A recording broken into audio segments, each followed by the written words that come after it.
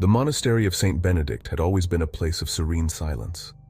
Nestled high in the mountains, it was a refuge for contemplation and devotion. The monks lived in harmony, their chants echoing through the halls, creating an atmosphere of peace.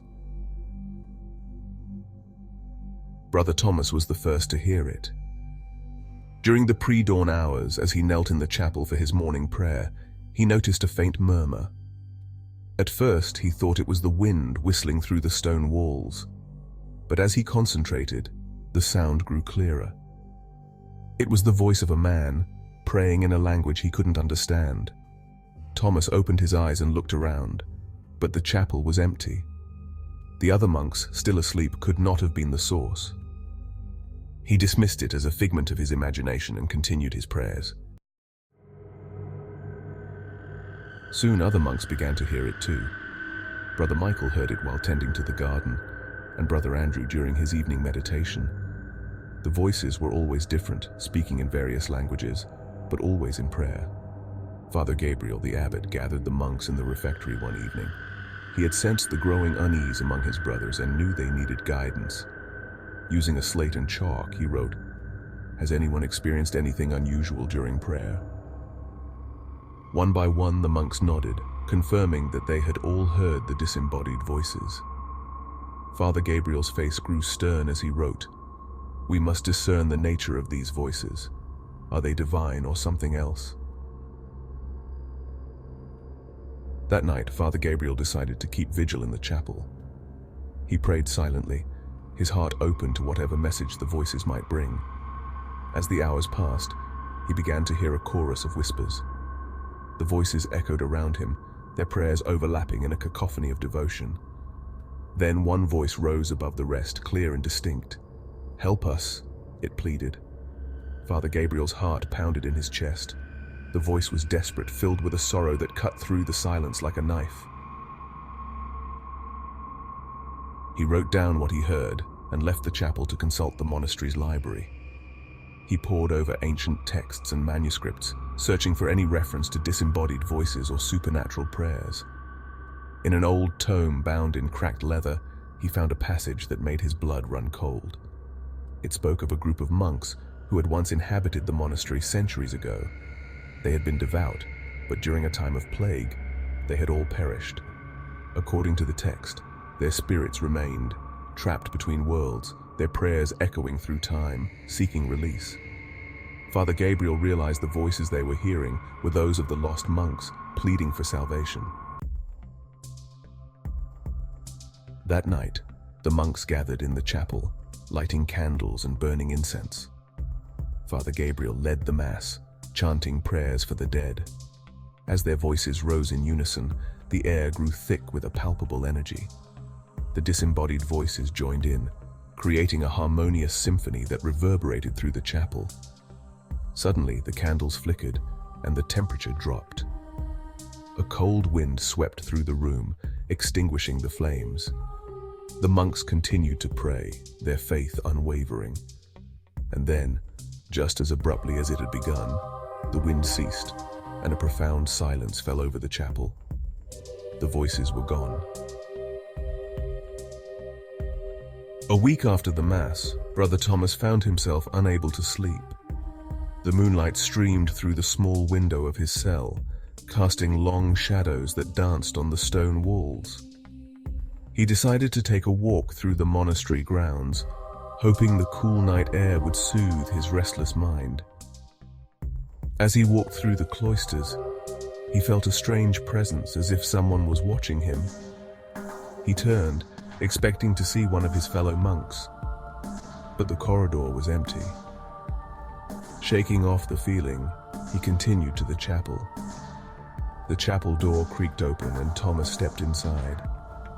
The scent of incense still lingered in the air, a reminder of the recent Mass. He knelt at the altar, bowing his head in prayer. Moments later, he heard the faintest whisper, "Thank you." Thomas froze, his heart racing. He opened his eyes and looked around, but he was alone. The voice had been clear, more distinct than any he had heard before. He felt a rush of warmth, as if a gentle hand had rested on his shoulder. Tears filled his eyes as he realized the spirits were indeed at peace. But the sense of unease lingered. Brother Michael, who tended the garden, noticed the plants withering despite his care. The once vibrant flowers now looked lifeless, their petals curling and turning black. One evening, as Brother Andrew meditated in his cell, he felt a sudden chill. The room darkened, and he saw a shadow move across the wall. He tried to dismiss it as a trick of the light, but the shadow grew larger, taking the form of a hooded figure. Panic seized him, and he rushed to find Father Gabriel. Father Gabriel watched intently as Andrew wrote down his encounter. He knew they could not ignore these signs. Something darker had been awakened by their attempts to free the spirits. The abbot decided to consult a trusted friend, Father Dominic, who had experience with exorcisms and dealing with malevolent entities. Father Dominic arrived at the monastery, his presence bringing a sense of hope. He and Father Gabriel spent hours in the library researching the history of the monastery and the possible origins of the darkness. They discovered an old record detailing the monastery's founding. The land had once been the site of pagan rituals, and it was believed that dark spirits had been bound there long before the monastery was built. The plague that had claimed the lives of the earlier monks was merely a symptom of the deeper curse.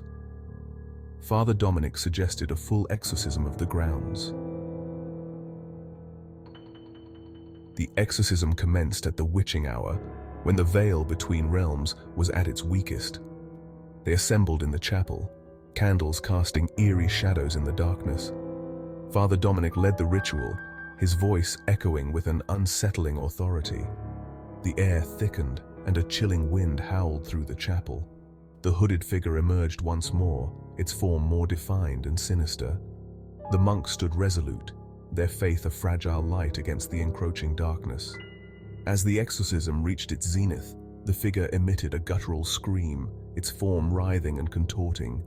The candles flickered violently, on the verge of being snuffed out.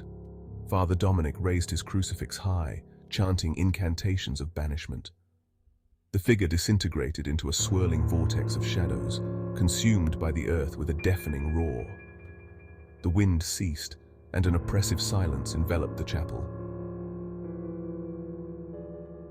The candles burned steadily, their light a symbol of victory. Father Dominic turned to the monks, his face pale but resolute. He grabbed a piece of paper and scribbled something down. The darkness has been banished, but we must remain vigilant. Evil often seeks a way back. The monks nodded, their spirits lifted but their resolve strengthened.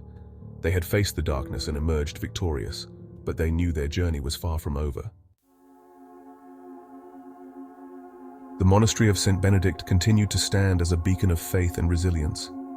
The monks tended their garden, prayed in their chapel, and maintained their vow of silence, their hearts forever touched by the trials they had endured. And sometimes in the stillness of the night, they would hear a faint whisper of gratitude, a reminder that they were not alone, that their faith had brought peace to those who had suffered for centuries.